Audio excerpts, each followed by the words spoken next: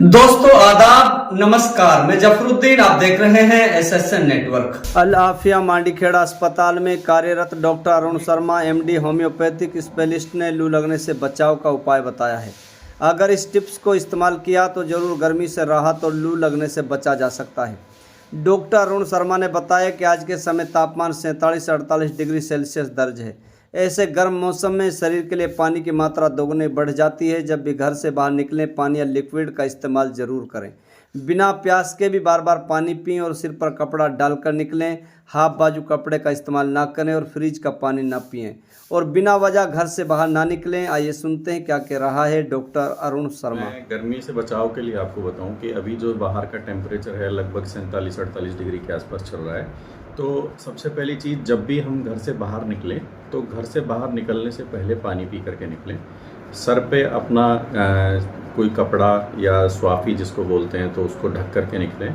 दूसरा, पूरी बाजू के कपड़े पहने ताकि जो हमारा जो एक्सपोज्ड एरिया है, मतलब जो शरीर का ऐसा भाग जो कि कम से कम सनलाइट के जो एक्सपोजर में या यूँ कहें कि उसके खुला जो एरिया है शरीर का वो कम से कम रहे, क्योंकि जितना एरिया खुला रहेगा उतना पसीना ज़्यादा निकलेगा और पसीना जब ज़्यादा निकलता है तो सूरज की जो रोशनी है या सूरज की जो गर्मी से है वो पसीना तुरंत क्या कहते हैं कि वाष्प बन के उड़ जाता है। और जब आप पूरी बाजू के कपड़े पहनेंगे तो जो पसीना है वो आपके कपड़ों के साथ अटैच होगा, कपड़े आपके गीले होंगे। तो गीले कपड़े जब आपके होंगे तो जब थोड़ी हवा जब भी चलेगी तो आपको जो है ठंडक का एहसास होगा और जो लू लगने से जो है वो बचाव का वो रहेगा।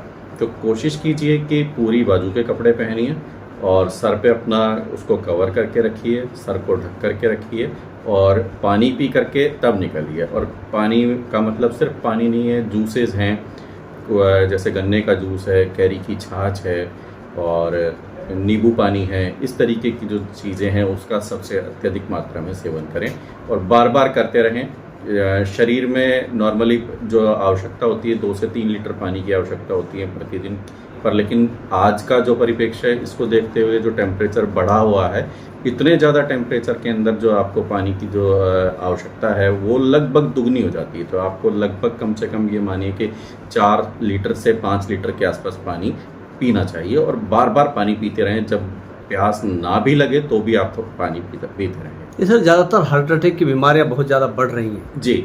तो उसके पीछे कारण ये है कि इससे हीमो कंसंट्रेशन हो जाता है। जब शरीर में आप गए, बाहर निकले, पसीना आया, पसीना निकलेगा तो जब ब्लड से पसीना बाहर आता है तो जो ब्लड है वो गाढ़ा होने की जो कहें कि गाढ़ा होना स्टार्ट हो जाता है और जितना पानी शरीर से बाहर निकलेगा तो ब्लड के गाढ़ा होने की संभावना उतनी बढ़ जाती है। इसलिए मैं आपको बार बार कह रहा हूँ कि पानी या जूसेस या जो लिक्विड हैं वो अधिक मात्रा में लें, क्योंकि शरीर से जब पानी निकलता है उसके साथ जो बॉडी में साल्ट हैं जैसे सोडियम है, क्लोराइड है, वो भी निकलते हैं।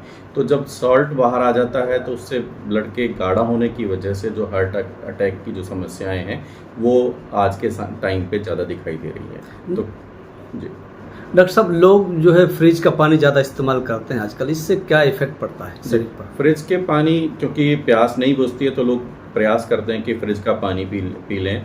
तो मैं आपको कहूँगा कि फ्रिज का पानी, जैसे मान लीजिए कि हम घर पर लौटे हैं, बाहर का टेम्परेचर 50 डिग्री है और आप तुरंत आए, घर पे आए और आपने 50 डिग्री के टेम्परेचर से लौटने के बाद में आपने पानी पिया और वो पानी अगर फ्रिज का पानी है तो फ्रिज के पानी से गले के ख़राब होने की समस्याएं बढ़ जाती हैं और बुखार वगैरह ये चीज़ें हैं वो हो सकता है।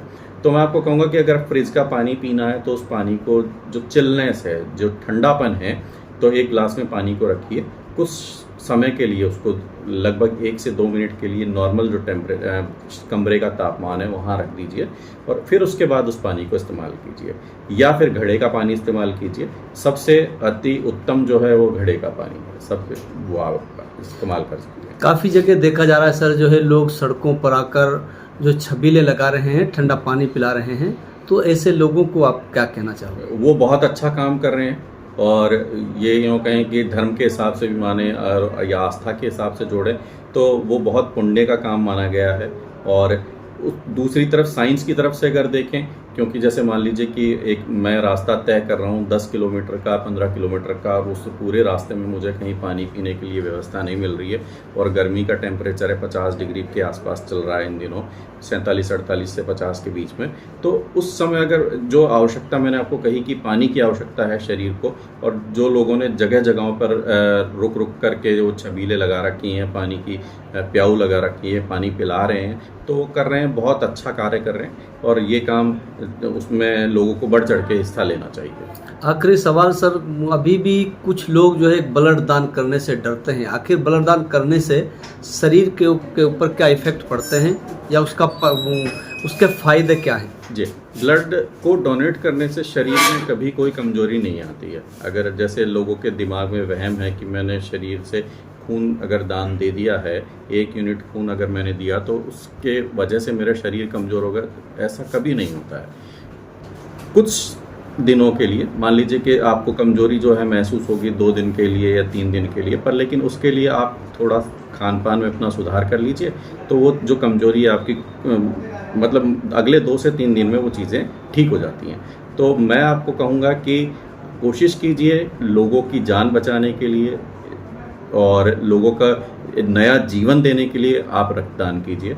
जितना रक्तदान करेंगे, तो जैसे मान लीजिए कि कोई एक्सीडेंट हुआ, एक्सीडेंट होने में हमें नहीं पता होता है कि किस व्यक्ति को कितने ब्लड की आवश्यकता पड़ती है, हमें नहीं पता होता कि वो आदमी कौन है, क्योंकि कभी ऐसा नहीं होता कि हर हमारा कोई रिश्तेदार है, ठीक है, रोड साइड पे कोई एक्सीडेंट होता है तो उसको ब्लड की जब आवश्यकता पड़ती है, तो आपका जो रक्तदान है वो एक व्यक्ति की जान बचा सकता है। तो मैं आपको फिर यही कहूँगा कि बढ़ चढ़ के रक्तदान का काम जो है वो पुण्य का काम है, उसमें हिस्सा लीजिए और उसके लिए प्रयास कीजिए, लोगों को मोटिवेट कीजिए, खुद भी कीजिए और दूसरों से भी करवाइए।